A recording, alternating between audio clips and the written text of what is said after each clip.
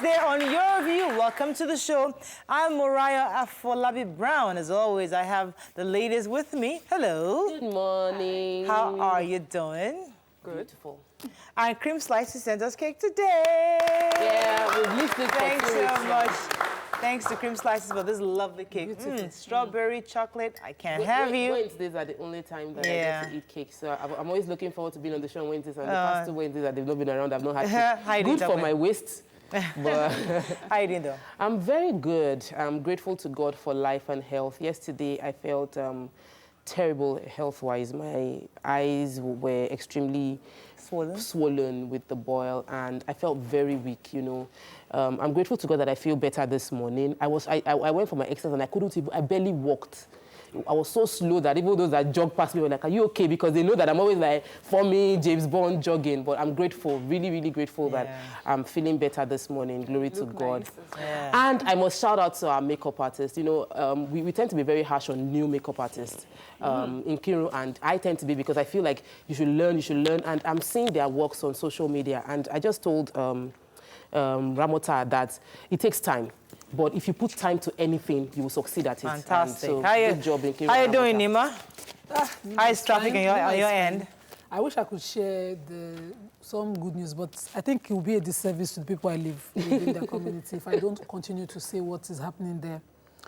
Hopefully today we'll have something on transport and we'll discuss it. But thank God the monsters are on the expressway, and I feel for the Minister for Works and all the other people involved. So we need the Minister of the Commissioner for Transportation and Works. Those are the two hot commissioners now. Certain facts open to me kind of tilt to make me, you know, be sentimental towards Lagos State government on this. Yeah. Okay, moving on now to Auntie Miriam. How are you doing? I'm doing good. So this morning, just by the gates of TVC, there was an accident.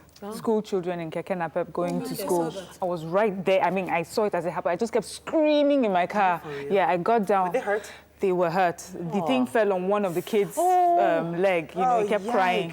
We were trying to get him down. So I just kept screaming, lay him down, lay him down. But then I just felt so helpless. I'm like, if I was in another country, I would be calling 911, somebody to come and help that. Well, the thing, you're right, we do have that. But people there gathered. It was the car that had run. You know that road is quite narrow. And then you have the cars always trying to overtake. Yes. So I was also thinking it would be nice, the Commissioner of Transport, if he's listening, and the state government, if we could do something for school children, those school buses, just during the mornings, stop them at one bus stop to the other, so they don't have to get on bikes and those Keke Napep, because it's more dangerous for them to be on those. It was a Keke Napep. Yes. They have constituency projects for the reason I was going to raise something you said, because you remember 911 because they used it in movies. Yes. Sticks. So we should. Nigerian Nollywood needs to start using these numbers in movies so people know the numbers to call. It's in our consciousness and you 737. 737 and I think it's 122 or something. 112. And that's Lagos State. So we need to use it across, but so people know. For me, I remember I told you that they bashed my car. I don't know what's in the air. They bashed my car last week. And I've not fixed it because it's not in this month's budget. I'm waiting for next month's budget to fix it. So I've been going around driving in Lagos State with my dented car. Just for this morning, I was reversing. I reversed right into my neighbor's car. Now, he has a truck, so his own issue was negligible. My own, Jesus Christ, he folded like a pack of cards. Oh, no. I mean, so I don't know what's going on. I don't know. They have sent me from the village. No, it's not the village. Send it back to them. The one-way truck removed my side mirror as well this morning. Yeah. So now my car is defaced. I had to just park it. Thank God I had an option. I had to just park it on that, but it's just that unfortunately now I have to find a way to find that money. We need money to fix cars. I'm telling you. I need to change my shocks. I need money. Yeah, we do. So we'll see. Don't worry. God will provide. I'll be saying amen now. Amen. How you guys doing? Fantastic. So we want to appreciate our very own YK for the food commemorating Fela's posthumous 81st birthday today. That was yesterday. So she's giving everybody a nice bowl of fried shrine rice. Honestly, this rice is different. Trust me, if you eat it, You find yourself in cloud 9. Anyways, also cream slices. And somebody else, the lady that sent me a message, mother was 80 yesterday. Wow. I'm going to try to look for that message. Okay. I have to mention it because I forgot yesterday to mention it. But she's a fan of the show. She loves the show. I'll get her name and I'll definitely mention it before the end of the show. But thank you so much. Let's go on a break now. When we return, we'll go through the front pages of the newspaper. Stay with us. We'll be right back.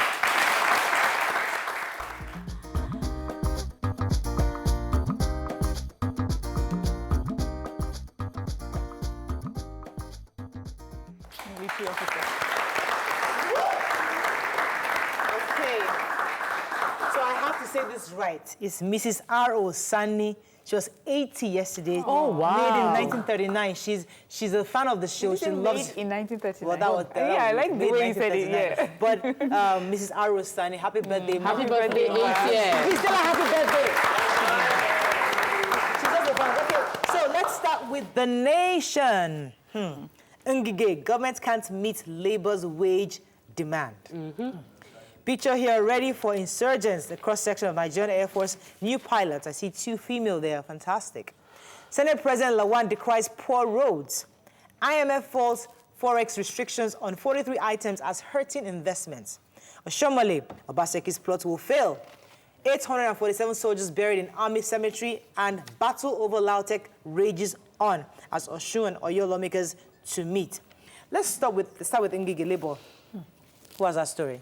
Okay, yes. The federal government met with Labour and, well, the Minister for Labour and Employment, Chris Ngige, is saying that the government cannot afford the demands of Labour Union right now. He says they are able to pay the levels 1 to 6 for 30,000, but the consequential adjustment that we're asking for, it will take over 33% of our budget to do that, of the 2020 budget to do that. And that would mean no roads, no schools, no hospitals, nothing else. Economy will be shut down. So they're still in negotiations, and the NLC has put on hold the planned strike that they were talking about. So they're talking to see how... Both parties have come down from their initial demands. Right. And this deadlock is ongoing. And I was saying in the makeup room that I think we might need to actually do an opinion poll. Yeah. Because the federal government has said, obviously 1 to 7 is sorted. They have their 30,000, no doubt about it. The issue that has been 7 and 17 or 15. That's a great level we have an issue with. And I think Nigerians need to get involved in this conversation because NLC might feel as if they are talking for us, but we need to be sure they're actually talking for us. So we're going to ask the question. So we're going to ask the question on Twitter and see what Nigerians think.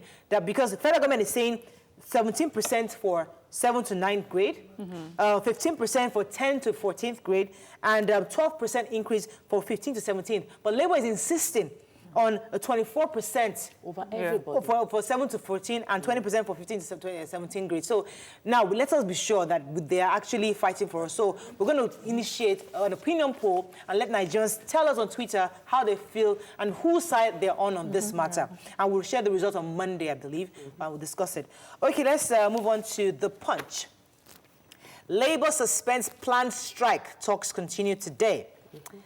Air Force wings first female fighter pilots. Fantastic. Yay.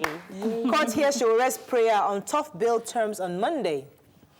Families kick as Lagos exonerates dismissed killer cops. Miami seeks federal government approval to toll Ado Akure Highway. FCT, 3 children abducted, 2 killed. 5 suits threaten federal government's $62 billion recovery from international oil companies. And 45 billion naira bus purchase. Ex-commissioner faces panel in Dykes Ambode. What's that story? Ambode story. 820 buses. It's been ongoing. He's been invited with 2 other commissioners. With 3 commissioners. 2 didn't show up. Only 1 did. That was the commissioner for economic planning and budget, Olusegun Banjo, and his statement indicted the governor, former governor, saying that Ambode didn't run the government the way it's supposed to be. The commissioners approved nothing.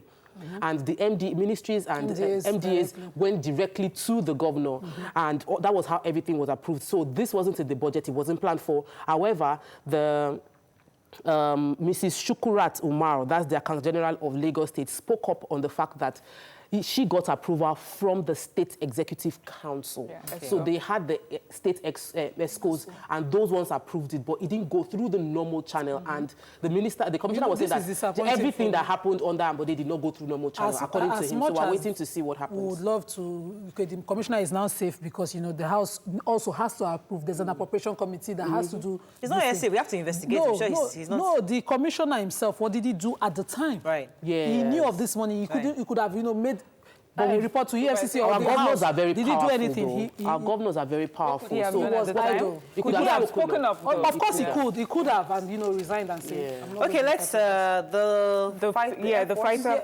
Although there's another story that is not anywhere else. I want to take the human interest. Yes, the take that. human interest is very important. So the two guys shot by 4 policemen in Ikoyi in Iba local government have been.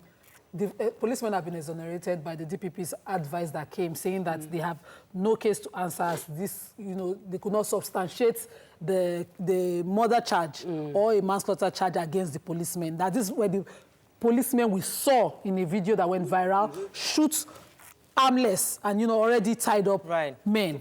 Defenseless men. Right. I wonder how the DPP's office advised arrived at this advice. So the family, I wonder how. What's the next level? No, what are the laws? What are the laws that's on the story? Yes. Oh my we took God, the story I remember months that back. story. Yes. So because there's a video and that showed clearly that they were tied up, I wonder how the DPP arrived at this. Okay, well, I think we need to look further in this. Nigerian Tribune, PDP case says Buhari seeks Senate's approval, but 10 billion naira refund for Kogi. Wow. Defense budget inadequate to fight insurgencies in Dume. FG to review salaries of governors and other political office holders. Lautech will solely owned by Oyo government. Daniel Isiaka, PDP leaders meet with Abiodun. And stop blackmailing me, focus on good governance, Oshomole tells Obaseki. Major headline, Kogi. Yes, so the Kogi State governor had gotten approval from the president to give them a refund of 10 billion naira. What did they do with it? Just a month before the election. What was the money? There was no state, there was no breakdown. No, it was said there is refund for money used to construct federal roads within Kogi State. God, they told us that this is the Kogi State that the roads are clearly... There's another side to this story in that, one, there's election taking place in a month from now, and PDP is screaming out that this is funds for the election, to buy the election. Well. Let's also mention that Kogi State has been owing salaries for pensioners for 30 months, and we also have salaries of even the civil servants being owed. Yeah. So even if you want to pay this money, PDP is saying that the money should be directed directly to those old salaries. Okay. And there's been a 30 billion naira refund to the state as well, just before this. And they're saying, PDP is also screaming that maybe because that was not enough for them to mastermind winning the elections, that's why they are getting... In addition, remember, Minister Fashola also said that they're not refunding again. So where did this one get the approval to get this 10 billion naira back? He wrote to the Senate to approve this. Okay, my own is lastly, if we're refunding money for now, let's say this is the last refund, let's make sure that all the other states get the refund. This is still pending on the National Assembly, though. The President has written to the National Assembly to approve this, and I hope they do. Okay, let's move on. Now, just as part of the negotiation too, the Minister of Labour has said that they'll be reviewing the salaries of governors and other political office holders. They've invited Ramfak. I just feel it's just the... About the army, the defense... We're getting there. Okay, Daily Sun, Senate in job scandal. You have to hear this. Let's find a story. PNID scam, petroleum resources ex-directors absent as stalls the trial. Oshomole Obaseki's rift gets messier. Amnesty, 56 ex-militants sue federal government over entitlement. A minimum wage, FG backs down, makes concession. What's going on in winning the elections? That's why they are getting... In addition, remember, Minister Fashola also said that they're not refunding again. So where did this one get the approval to get this 10 billion naira back? He wrote to the Senate to approve this. Okay, my own is lastly, if we're refunding money for now, let's say this is the last refund, let's make sure that all the other states get a refund. This is still pending on the National Assembly, though. The President has written to the National Assembly to approve this, and I hope they do. Okay, let's move on. Now, just as part of the negotiation too, the Minister of Labour has said that they'll be reviewing the salaries of governors and other political office holders. They've invited Ramfak. I just feel it's just the... About the army, the defense... We're getting there. Okay, Daily Sun, Senate in job scandal. You have to hear this. Let's find a story. PNID scam, Petroleum Resources ex-director absent stalls the trial. Oshomole Obaseki's rift gets messier. Amnesty, 56 ex-militants sue federal government over entitlement. A minimum wage FG backs down, makes concession. What's going on in the Senate? Please, somebody tell me. Just 4 months into their inauguration, we're giving 100 job slots from a very, very reputable revenue collection agency that they didn't mention in the Sun. And that 100 slots was just shared among our powerful people in the Senate. It didn't go round. It did not in other words, and because it did not reflect federal character, they've referred it to the Senate Committee Chairman on Federal Character to look at it now within the Senate. Senators are screaming that it was lopsided. Yes. But how can they not give them at least each person one slot to give somebody in that constituency? So they have how many? Go back, How many they have senators? 100 109, slots, yes. and they're hoping that at least one person, maybe the 9 extras will not get, but at least one person should get a slot. So this juicy slot. Murayo, one question: can a senator decide within his constituency who is most competent? So Murayo, we wouldn't have heard about this. The agency should have just done a recruitment based on competency and merit. We wouldn't have heard about this if there wasn't a quarrel on how he went. Yeah, that's how this is how these things. Yeah, this is how these things happen beneath the scenes. Moving on very quickly, Vanguard. Let's Oshomole hot words. Let's skip that. I want to take another story. Yeah. Kaduna to outlaw Almajiri system in 2020. It will take Nigeria 200 years to meet half of US's living standards, says IMF. Let's speak on that story. Okay, let me let you speak on Almajiri story. Yeah, so Kaduna State is going to work on a new policy on the education where they're trying to outlaw, they're going to outlaw Almajiri system in the year 2020, and also to make sure that any child that is seen roaming the streets would not, the parents or the guardians of that child, you know, would face some form of punishment for that reason.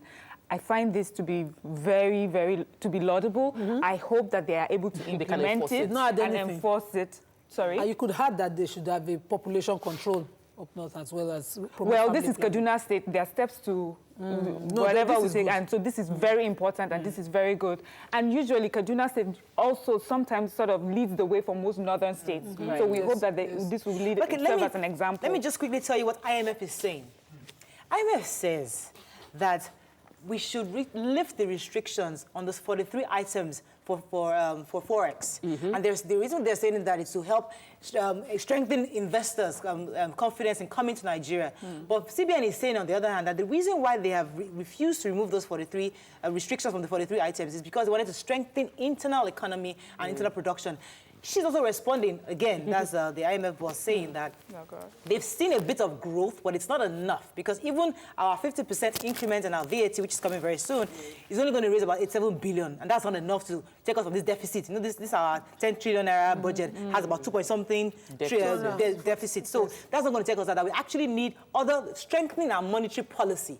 But CBN is saying no, they are going to stay on this one figure as our exchange rate. Unified. Stop modulating it for different sectors, having a different amount when they want to. And our last paper, we have to take this issue of the army. Army challenges in Dume to prove 847 soldiers lost to insurgency. Yes, Nima has that story very quickly. So yesterday, the Senate chairman on defense and security, Ali Ndume, was saying that about 847 soldiers have been killed between 2013 and now, and that their grave sites were clearly marked in Maiduguri. That's aside other grave sites, but the ones in Maiduguri that he could see were 847. Ami has quickly replied that, no, that is not true. You should come and substantiate it.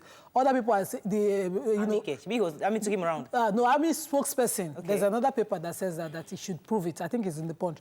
Then, other groups are saying, soldiers are saying, well, above 2,000 who have been, that have died. And they are recruiting heavily. And, he also declared, dispelled the rumor that, there was a mass grave kind of thing within the army. Ali Ndume also mentioned that the budget right now for the army is less than 1% of our total budget. That's 100 billion. Enough. 100 billion. It's not enough to fight insurgency. You can't even buy ammunition, bulletproofs for the soldiers we have on ground. So we're not ready to fund everything that we need to do. Okay, unfortunately, that's all we can take on the papers. When we come back, we have a guest appearance from Martina. I hope they're bringing up Martina for you guys. I hope so. We'll take this break. We'll be right back.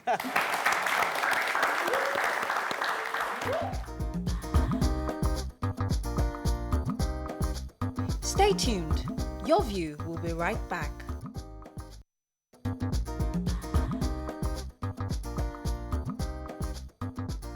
Welcome back to Your View.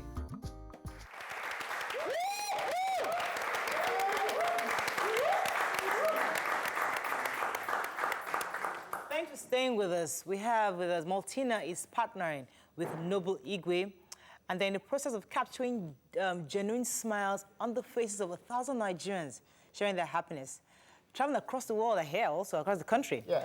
Now, we have with us Noble Igwe, who's a publicist and a media entrepreneur. Welcome to the show, sir. Thank you, thank you. So tell us what you're working on with Martina. So, like you said, my name is Ogbuefi Noble Igwe. I would like to say Ogbuefi. That's your chieftaincy. I'm a traditional title Igbo man. Wow. Where are your beads? The red cap is at home. Okay. But the thing is, Martina and Noble Igwe are doing something amazing. The Martina 1000 Smile with Noble is an initiative that Martina backed. You know, Martina is into sharing happiness. So what is happening is there's what we call the happiness team that I have assembled. So we travel from state to state, to different parts of Nigeria, capturing 1,000 smiles of different people. You all know that the situation in the country is a bit hard for some people. But the thing is, you also agree with me that when people smile at you, regardless of what the situation is, you will smile back at them. And Martina is in the business of sharing happiness, making sure that people, regardless of the situation they are facing, see a reason to smile. Are you guys smiling?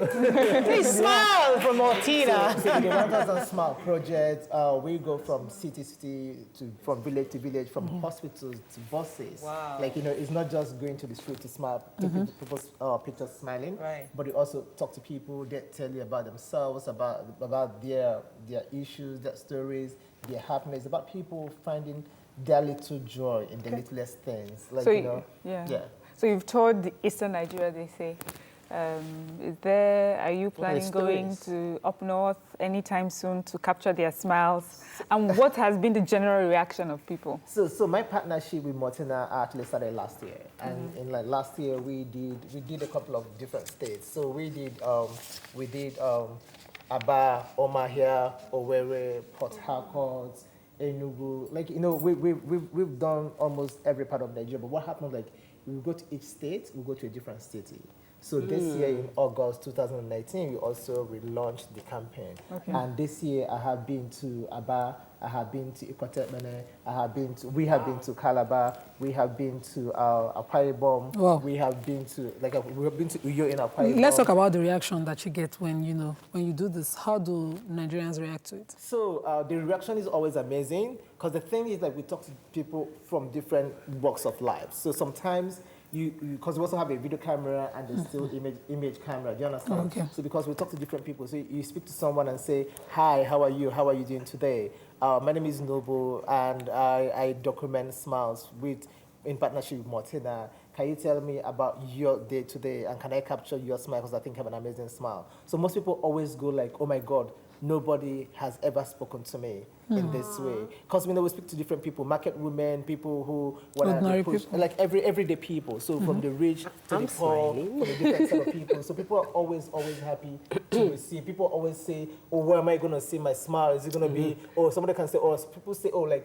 last year you were here, you didn't capture my smile. And I hear my So tell us how you capture the smile. Do you take a picture of them, do you record them and post it online? How exactly is it captured? How is it going to be displayed? So the smile is done in two parts, right? So I take every single picture of the 1000 smile, and we also capture people's reaction in the sense that there's a video cameraman and a presenter called Amaka. So what we do is we speak to people and they tell us their story, tell us about their situation, tell us about the little things that have made them find happiness. And we capture their smile with a still camera, that has video camera, interviews them, and they tell their story. So if we have a smile, do we upload it to the hashtag Martina? So if you have a nice smile, the most important thing to do is to put not a moral smile on the Martina's page, or follow the hashtag Martina 1000 Smile with Noble, or find out the city I'm going to and ask me to come take your picture. When I take your picture has the possibility of being on one of the biggest billboards around Nigeria, in the shops, in the stores.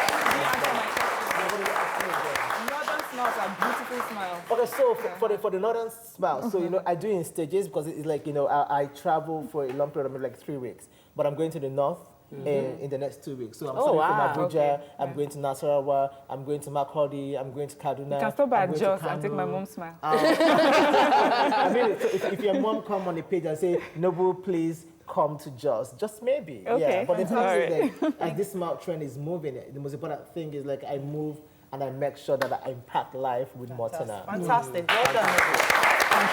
So, to follow the Martina 1000 Smiles Tour with Noble Igwe and to check out the amazing smiles and stories captured so far, follow the hashtag Martina 1000 Smile with Noble. Follow Martina also on Instagram, Twitter, and Facebook at Martina, and visit the website www.martina-nigeria.com for more updates. We're going to take a break now. When we come back, we discuss real issues going with Nigerians. Police matters, traffic matters, road matters, all the works. Stay with us. We'll be right back. The smile will help us.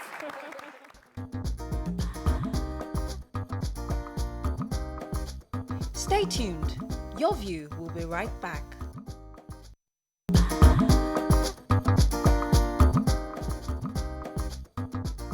Welcome back to Your View. All right. Thanks for staying with us. The Nigerian Police Force has received a wide range of criticism for many years over the conduct of its officers in enforcing the law. The alleged misconduct ranged from harassment, extortion, torture, and sometimes extrajudicial murder of Nigerians. To further buttress these allegations, we have an investigative journalist who spent 2 weeks in detention. I think 2 weeks and 5 days, I believe, in the police cell.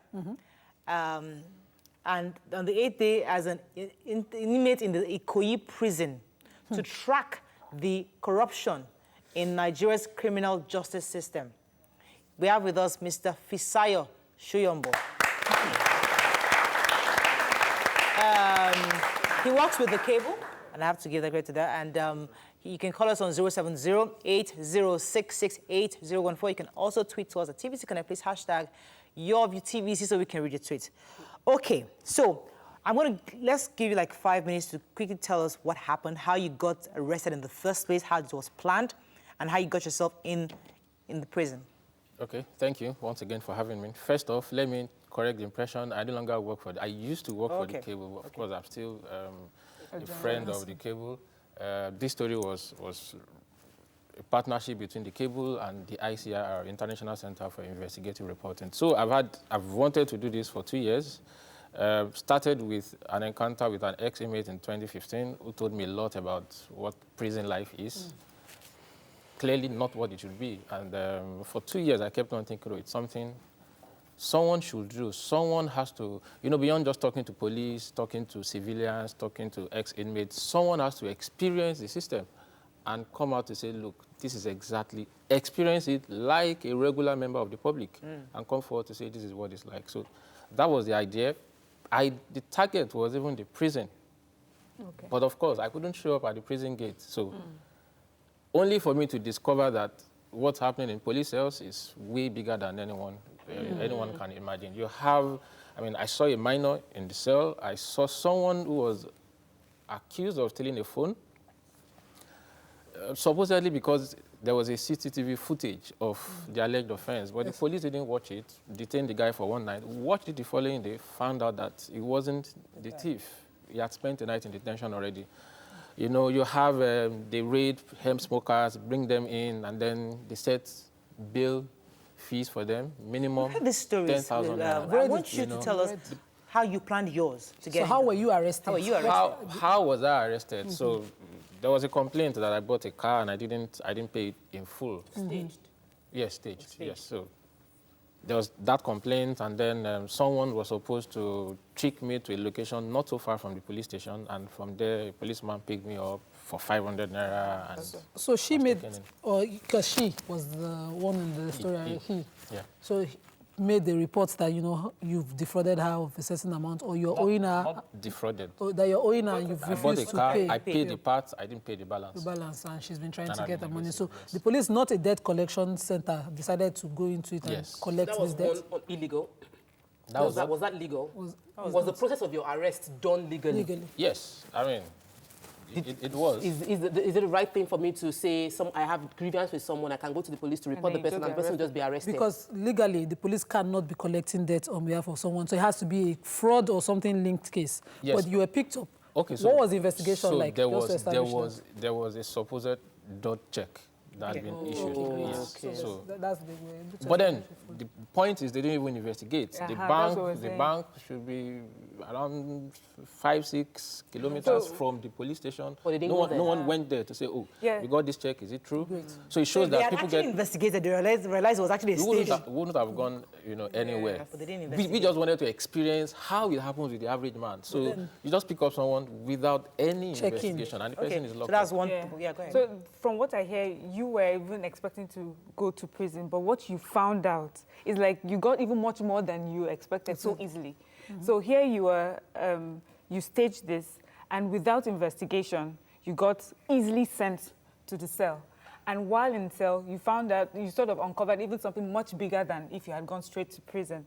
So some people might read this and say, okay, maybe it was just a one-off. You saw one minor. Is this something that happens, or could it have been a mistake? What in your story would make people believe that this is something that they do regularly?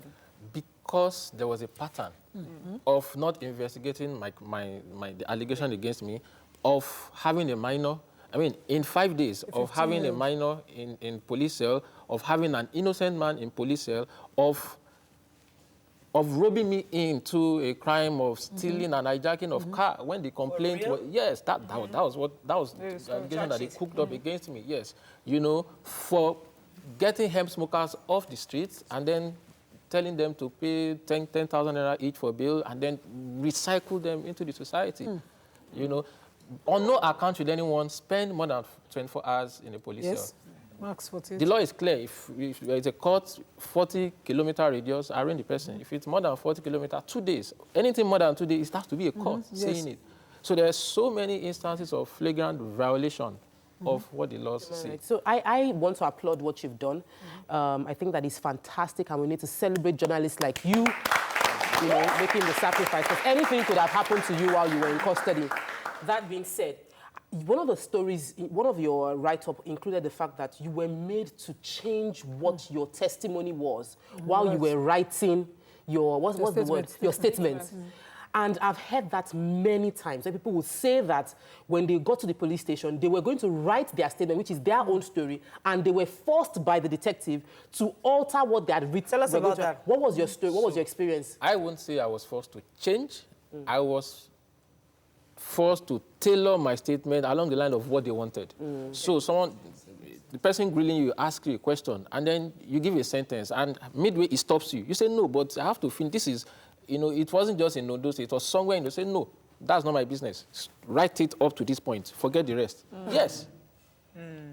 People should be free to explain the circumstances of the allegations against them. Not that the police, the policeman tells you, up to this point, write it. Let me ask you, were you tortured at any time? Were you hit? At any time. In the police, no. Okay. Prison, you have to wait for the next part.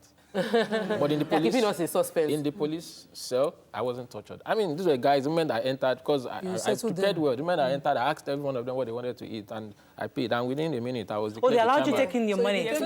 So when you come in, you search all you have, and then the document, you have so. And I say, oh, I want to buy so and so for so and so people. Okay. So that's another thing. You talked about settling them for almost everything, to charge your phone, to speak to somebody. People were paying police officers at every point. So this would you say, is this something that had become like an industry or a money-making machine where inmates are made to, and where do you get this money from? No, to pay them? It's the police cells are by and large money-making machines. After I left the prison, someone had a case, and I went to the police station at Onyigbo. It was the same.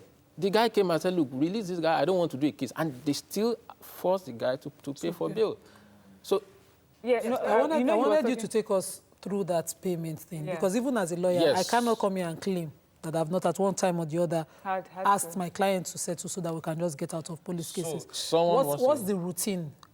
I read that story. I want you to take us to how bail is paid for, because whenever a police officer comes here, they'll say it's a lie. They'll say, you know, the IG and everybody is claiming no. That bail is free. You know, like I wrote, is the most barefaced lie of the century.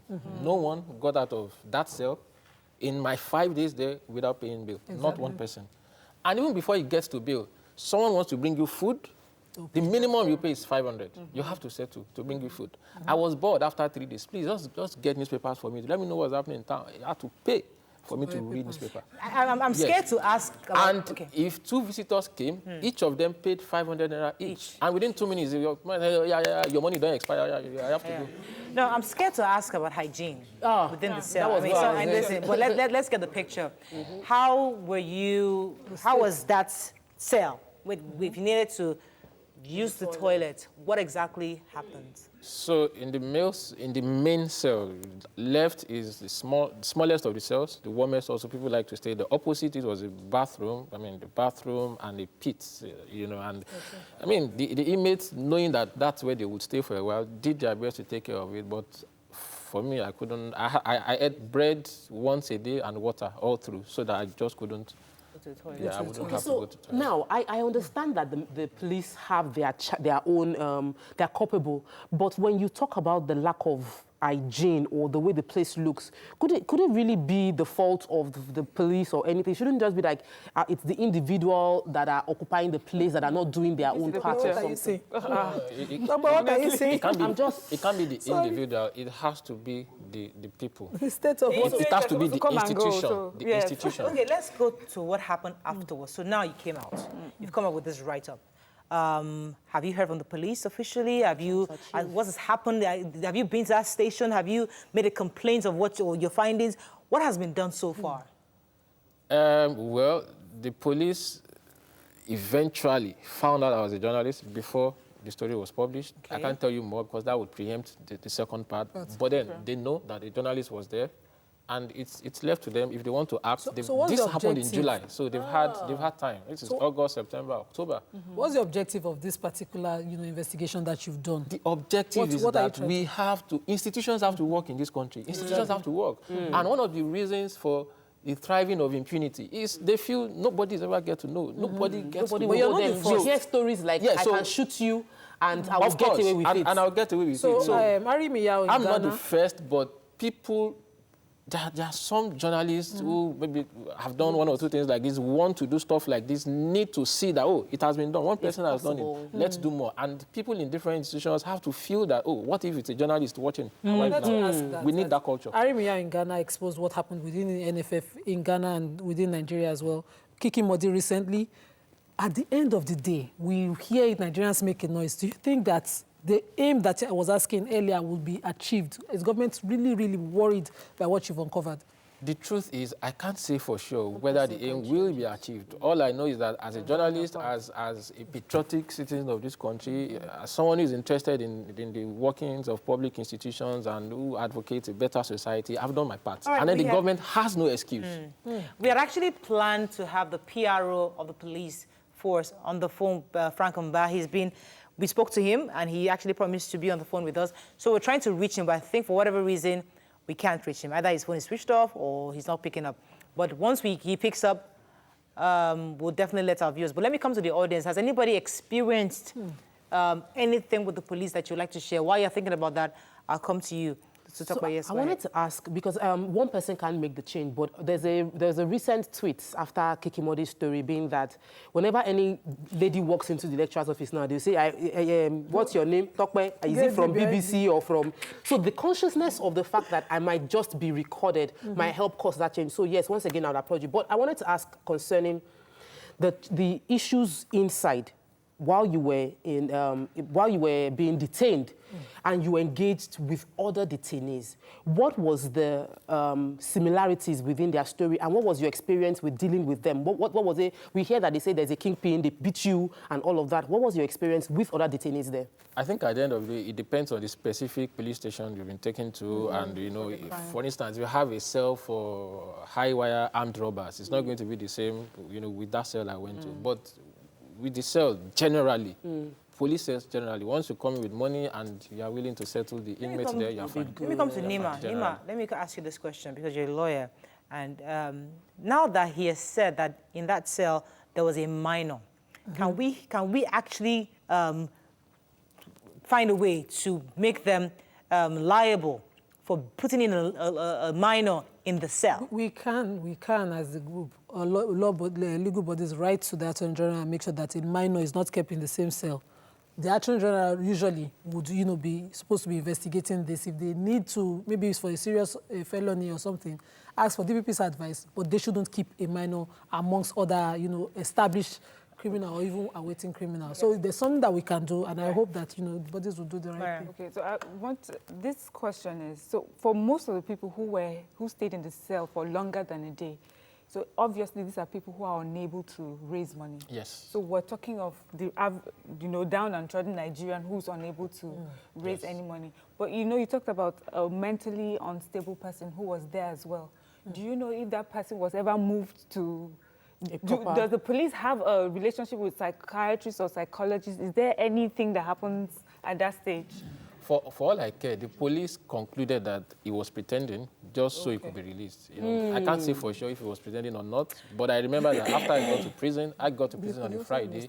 The guy joined me in prison on Monday, meaning that I got into cell on Monday, got out on Friday, and the guy came in maybe on Tuesday of that same Monday, meaning he spent longer, he was in cell for longer days than I did, yes. Because he came the following like 7 or 8 let me ask you, because I think we have somebody on the phone which is coming up very soon. Before that person comes on, let me ask you, in foreign movies, we know of the Miranda rights. Everybody knows the Miranda rights. Even Nigerians know the Miranda rights. Now, did they give you something similar, such that telling you that you have the right to an attorney, you have a right to be defended by the state? Did you have any of that read to you? Not at all. The only time the police ever had your time was early in the morning when they needed you to call someone to come and pay for your bill. That was the only time. Even if you wanted to use the restroom, it was a struggle. You had to call and call and call before they answered you. The only time. So, with the police officers there, were they afraid of any like a higher police officer coming and catching and finding out what they're doing? Was there anybody who afraid of I think I have Issa. There was no fear. Mr. Issa Sanusi from Amnesty International to help us understand better what Mr. Soyombo is talking about. Mr. Issa, are you there? Yes, I'm with you. So, I'm not sure you've been watching from the beginning, but Mr. Soyombo is an investigative journalist, and he was undercover in the Nigerian prison for 2 weeks, I believe, 5 days. And he came up with stories and pictures of evidence of happenings within the cell. I know you work with Amnesty International, and they've always talked about extrajudicial killings on the parts of the police. I'd like you to help either buttress the points of what he's talking, or say what you've done investigatively to know what has happened from your own end on this issue. Yeah, what this journalist did is actually very remarkable, very laudable, and it will really help a lot in helping our country to address corruption, extortion, torture, and ill treatment of suspects in the custody of security agencies. Amnesty International has been working on all these issues for so long. In fact, in 2016, we issued a report on the atrocities committed by SAS, which is a unit of the Nigerian police that was established to fight armed robbery, but unfortunately, it ended up being more prominently known for extortion, extrajudicial killings, and other atrocities.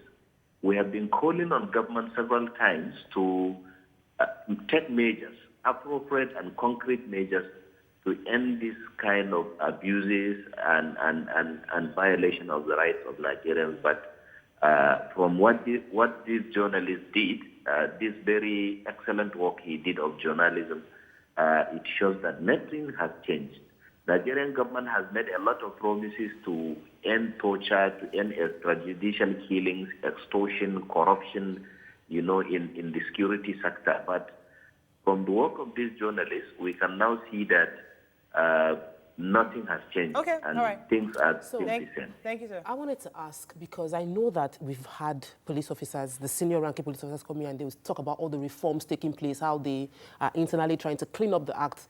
So would you blame the officers for just doing what they want to do? Or would you say it's trickled down from the head? And how would you advise we deal with the issues within our police force? It has to be from the head. I don't want to believe the force spokesman, the IG, would say they don't know that these things happen. I mean, I'm an outsider. I mean, people in the audience, we know these things. So the police in itself, I haven't seen the readiness that the police is ready to clean up its house. Sad. I did a story last year. I drove the equivalent of a stolen vehicle from Lagos to Abuja and back to Lagos. I passed through 86 checkpoints. And I paid a total of 42,000 naira or thereabout to bribe my way through, and without not even an identity card or any vehicle document. And the police has not done anything about it. And the police complaints unit, the man tweeted about it and said, tell those who did so, and he made a comment, and that was it. So the police itself is not ready. I asked that question. Once you bring out any report, the police gets self-defensive. Yeah. Well, we can't deny that police is working at some end. I mean, we've heard of some arrests. Some people. We have seen some cleanup work going on. No, so the police. not that they're not working, not like sometimes they don't arrest robbers, they don't. I'm saying cleaning up the corruption within the system. Within the system. Do you think it's underfunding? Underfunding has to be an issue, definitely. But it's not the most important. If it was, a place like NNPC will not be dealing with corruption issues. Are you going to say NNPC staff are poorly paid? So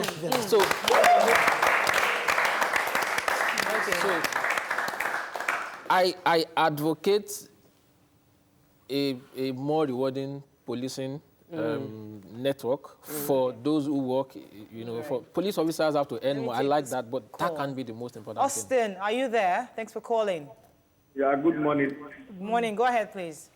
Okay. I want to compliment that young man. And I'm telling him that God will bless him. This which he has done, we lift him up. Amen. In the mighty name of Jesus. Yeah, we join you in saying it. Because we need more people like this to expose what these policemen are doing. The police in Nigeria are not ready to work. Sometime last week, you guys had a program where you talk about the police, and I see people like Sope singing their praise, saying some things that they hope not to say. That the police, why they are doing what they are doing, because they are not well paid, because when they die, they don't take care of them. We shouldn't go there. In fact, they are our security. But you discover that these days, we are the ones securing ourselves. No policeman is securing you. 4 weeks ago. Right.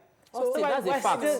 That's a fact. Right. What I said is a fact, and I'll still stand by it. Our police are underpaid, and they are suffering in doing what they are doing. So yes, there's corruption going on, but if you are stuck, the person you still call will be a policeman. The person that will still come and rescue you will still be a policeman. So we still need them. We still need them, whether they are as bad as they are, as bad as you claim they are, we still need them. So, all right, unfortunately, Frank Mba's phone is switched off. Wow. So we can't reach him.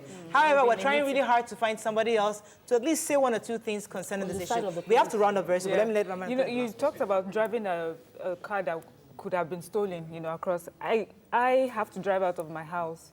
I live close to the stadium. I have to drive to the stadium. On 2 occasions, I've had to call Nima because they stopped me. They know, by now they should know me. Every time I drive out of my house, pass through the stadium, I have police officers that are standing there asking for the same documents over and over again.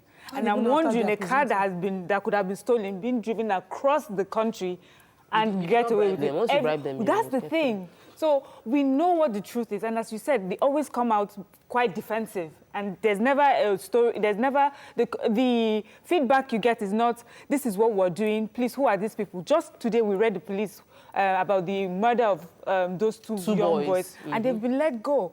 So for me, this is sad. I would like for our police to be better remunerated, but of course it cannot take, what they are going through cannot be worse than, your integrity is more important than what it is. I think it's past integrity now. Someone has to compel integrity to be upheld. So we had this morning that the DPP advised that, they could not substantiate at least a manslaughter case against 4 policemen who clearly in a video shot, tied up individuals. So we wonder who is going to ensure if the institutions like, that regulates police affairs cannot at least do something. Let's go on a break. When we come back, we're supposed to move on to the issue of transportation, but I believe our commissioner is not here yet, so we'll continue this conversation with you. Stay with us. We'll be right back.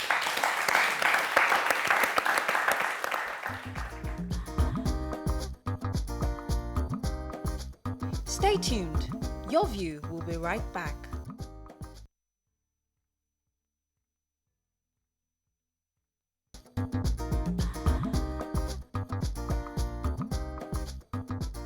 Welcome back to Your View. Welcome back. So we have with us on the phone, we've finally been able to get the Nigerian Police Public Relations Officer, Mr. Frank Mba. Actually, his phone wasn't switched off. He was actually on another radio station in different programs, so that's why he couldn't speak to us. But now we've been able to get him on the phone. Mr. Mba, are you there?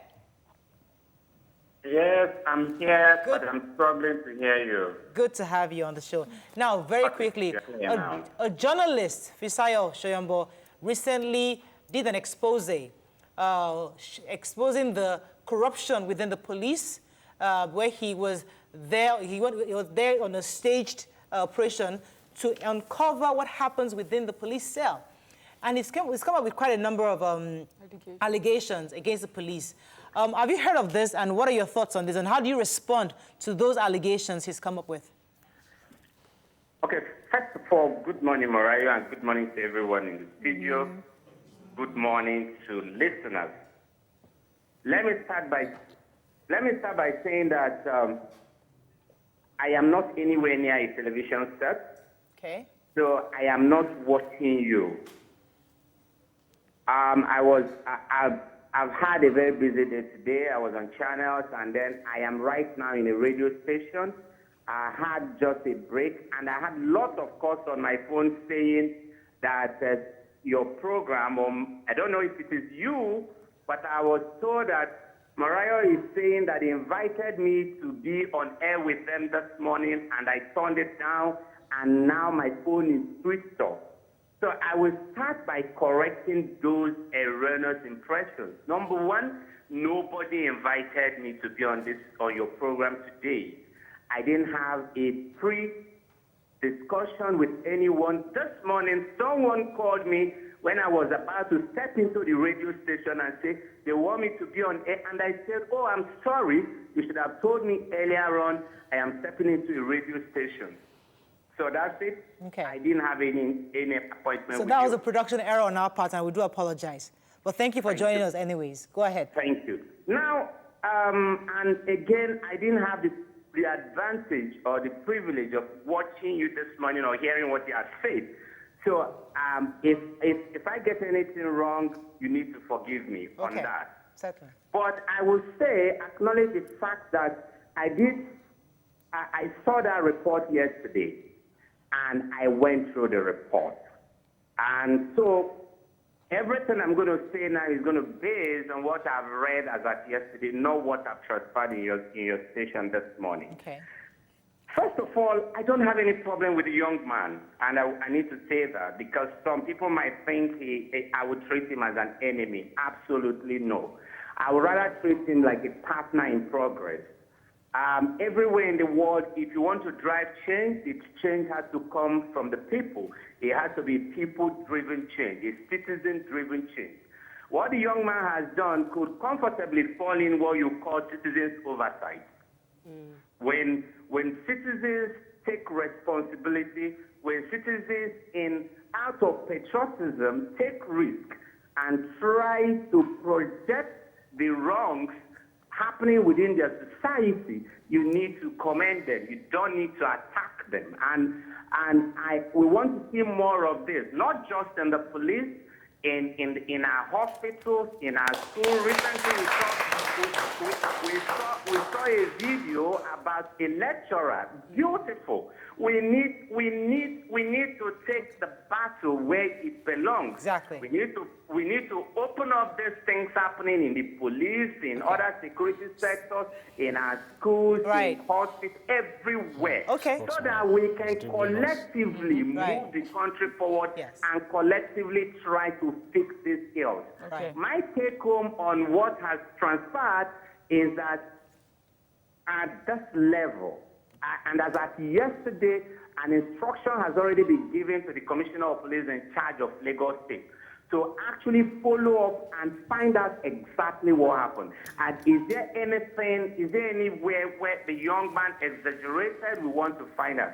But pictures hardly lie, except you use technology to mess up the picture. So, Mr. Frankenberg, I know we don't have so much time. Let me just come directly to you, sir.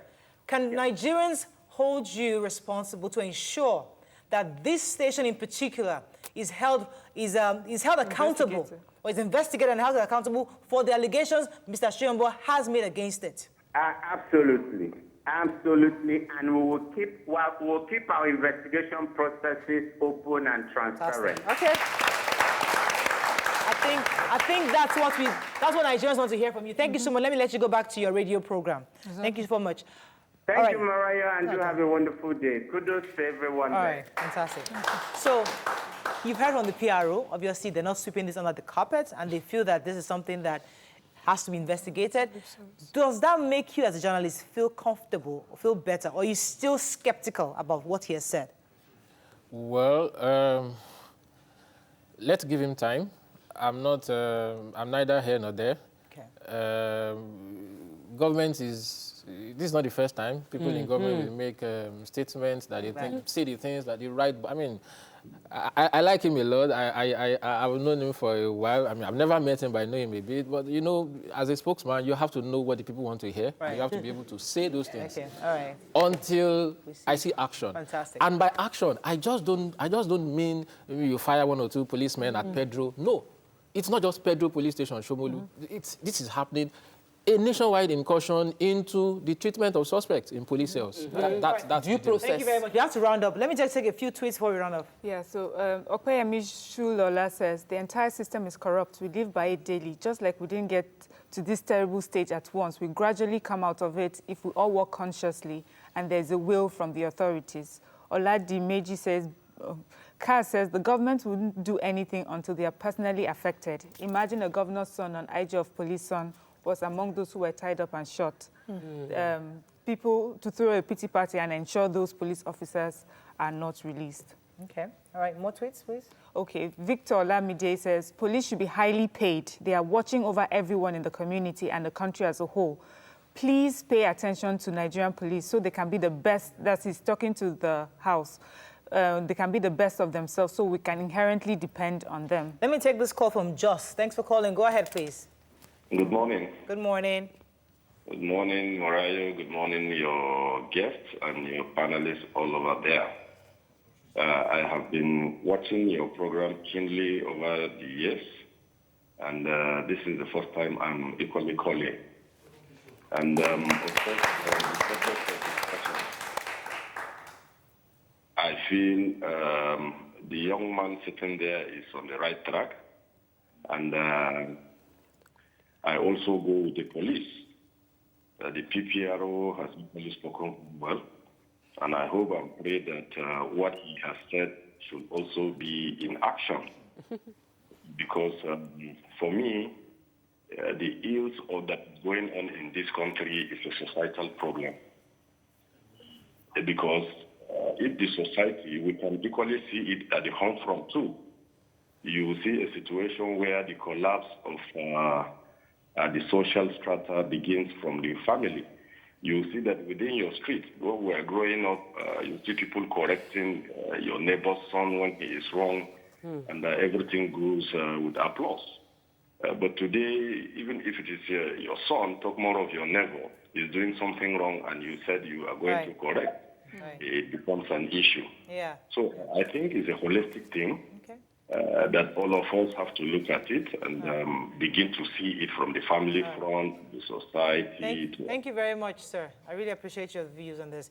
Yes. Thank you. And So, Nima, take this one. Amoyo, my man, says, if you are lucky it was Abuja that you drove to. Try to drive from Benin to Warri. Wallahi, if they catch you and nobody say you use juju. In fact, just come Warri, make sure you say you drive. So there's a peculiarity among certain areas.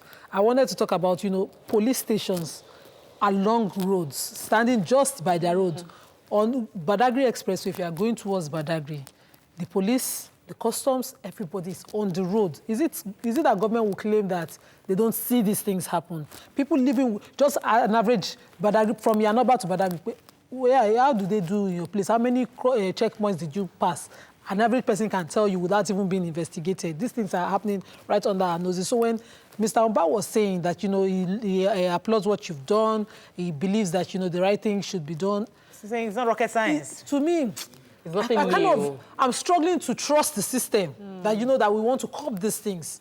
Do you understand? I want to believe him, but I'm struggling to. She asked you earlier that what was your expectation you had for this? What are you hoping you would achieve with this? Objective is for the police to look at it and say, this is not an allegation. It's not even an allegation. I was in the cell. Yes. This was what happened to me. And I mentioned names. So the police should look at this report and tell themselves we cannot, as a people, we isolate issues. We don't understand that it's a vicious cycle. Someone somewhere. I mean, the head of one agency in Abuja, his daughter was abducted on Kaduna Abuja Express. As rich and powerful as the man is, we need to see that these things can happen to anyone. It's coming around, and it is the responsibility of the police to clean up its house. From the UK. Good morning, Ade. Thanks for calling. Hello. Good morning. Morning. Thank you for having me. I really, really appreciate this program. And I really appreciate the gentleman over there.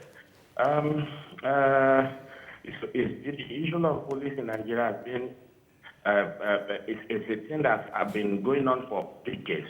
And the problem we are already with the shop is not the root. We have not been able to go to the root of this problem. What the gentleman has said is not new to anyone in Nigeria. Everybody knows about that. But how do we solve this problem? The major problem, the root of this problem is our politicians. It's our politicians, the government we have. The police in the country I live and other developing countries, the best paid people in that country are security. But in Nigeria, we don't do anything about them. We don't give them any support. We don't give them any money. The police stations are not maintained. How do they maintain themselves? They go to the street.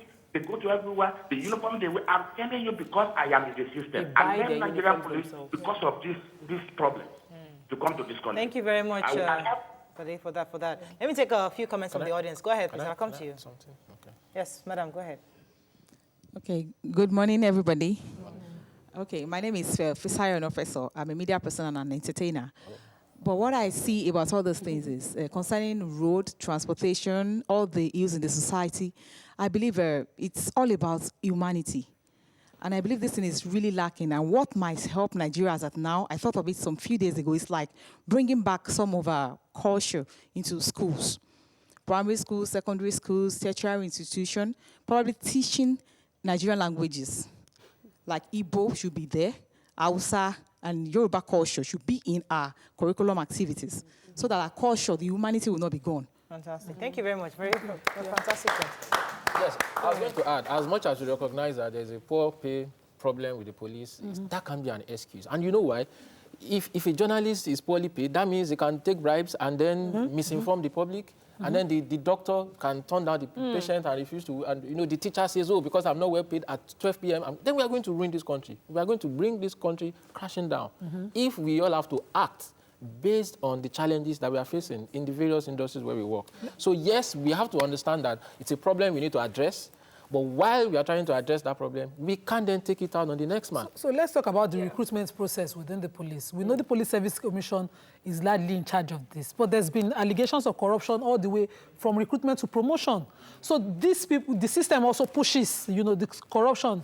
Who is supposed to regulate? What is the Police Service Commission doing with this report as well? Yeah. I also wanted to say that sometimes when we hear stories like this as Nigerians, we're like, what did he expect a cell to look like? Or what treatment did he expect? Because it has become a norm for us, like normal thing. So I like this tweet from Andrew in Stratham. He says, if there's any uncomfortable cell that can make a prisoner potentially sick in a British jail, the prisoner, through the EU and UK laws, can sue the police and win. Nigerians, we know we can't do that. And so this is not normal. You know, there's something else that... What we're used to is not the normal thing. Just to corroborate the tweet you read, you know, there was a day I wanted to have my bath. And then the policewoman said, what's your name? And I told her. And she looked at the board, said, stealing and hijacking of car. Say, no, you don't go feel bath. Say, no, yes. Say your offense no reach make you bath. Yes. Meanwhile, I didn't steal any car. Let me take this call. Rotimi, are you there? Thanks for calling. Yeah, I'm here. Good morning, Mario. Morning. Go ahead, please. Good morning to all the ladies in the house and your guests. Yes, Ms. Morayo, I need to applaud the effort of the young man with you there. The issue with Nigeria is that nobody wants to take responsibility. Yeah. Frank Mba is a very smart guy. I will tell you, man, the problem with Nigerian police is more serious than the problem with federal government itself. Are you with me, ma'am? Yes, very well, very much. Yeah. I have a one-on-one conversation with one former police PRO who was once a DPO around Surulere. What he told me was that he was very foolish. We happened to study law together. He said he has been very foolish as a policeman because he has insulted so many lawyers.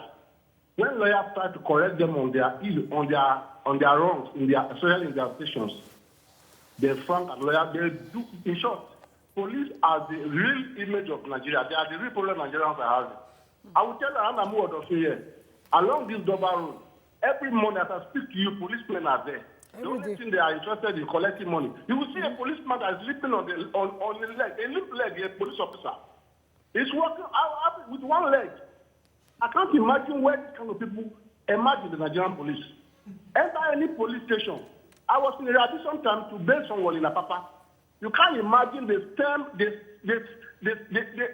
odor that was oozing out of the cells. Why? Thank you very much for that, because I know YK had somebody who was sending her reports saying that he's running his station with 30,000 naira a month. A DPU of the station was running that entire. They buy generator for the generator, for the diesel, they buy fuel for their generators. They had issues with for the cars, stationaries. I mean, I've gone to try to bail somebody else sometime, and with biro, pen, everything you buy for the police. So now coming, because we have to round up. Listen, everything takes a process. The police have told us multiple times that they are working on it. Why is it so difficult for Nigeria to trust the system that eventually they get there? We seem to have this total, complete distrust for the system. We still believe that nothing is happening, even if they claim something is happening. As a journalist, I want us to talk to Nigerians. Should we continue to trust that this will happen? Or do we? What actions do we take? Let me come to you. Trust that the police will take action. We cannot trust. We can only give them the benefit of the doubt, momentarily. You don't need more than a week to conduct any investigation. Yes, you know, after all, if you were going to follow the law, 24 hours are supposed to arrange suspects. So if you want to treat those officers as suspects, then 24 hours should be done. In fact, by now, if the police wanted to act, by now, even before this story was published, something would have been done. The police found out later, like I said earlier, found out back in July that there was a journalist undercover in that police cell. 3 months after. It's a possibility they're not sincere, but their claims. It's a possibility that they're not sincere. It looks like that. That's why it looks like you were aware for 3 months, and now the story has been published, and you are not. You are just so benefit of the doubt. But then trust is so difficult to earn if you've lost it once. The government, the people in power, they have failed the people, and that's why we cannot trust them. They have failed us multiple times. So why should we trust them? But then. It's a chance, like I said earlier. Before, you could say allegations. This is clear. This is someone who was in the cell for 5 days. You can't. So you have a golden opportunity. Mr. Frank Mba has a golden opportunity to convince Nigerians that The IG of police. The Mr. IG Fakuba is just a spokesperson. Yes, okay. So they have a golden opportunity to show to Nigerians that they can truly be. Because, see, there's a problem when the people cannot trust the police. People take laws into their hands. If I'm not confident that, I can report to the police. If I wanted to get out of that, if I wasn't going to prison, I would have been out since. All I needed to do was, even the complainant to be stuck. If I paid 10K to do, I would have been out. Right. So now, if I can't trust the police to do justice to my complaint, then why shouldn't I take laws into my hands? We have to round up. Thank you so much for joining us on the show. And thank you to an amazing audience. We actually wanted to discuss transportation, but unfortunately we couldn't reach our contact person. But we'll definitely bring him back something maybe next week to discuss on issue on transportation, because everybody, even the senators, are complaining that the federal roads are bad. Because state governments are complaining that they cannot repair roads. In fact, we're in a quagmire in this matter. Anyway, have a fabulous day. We'll see you tomorrow.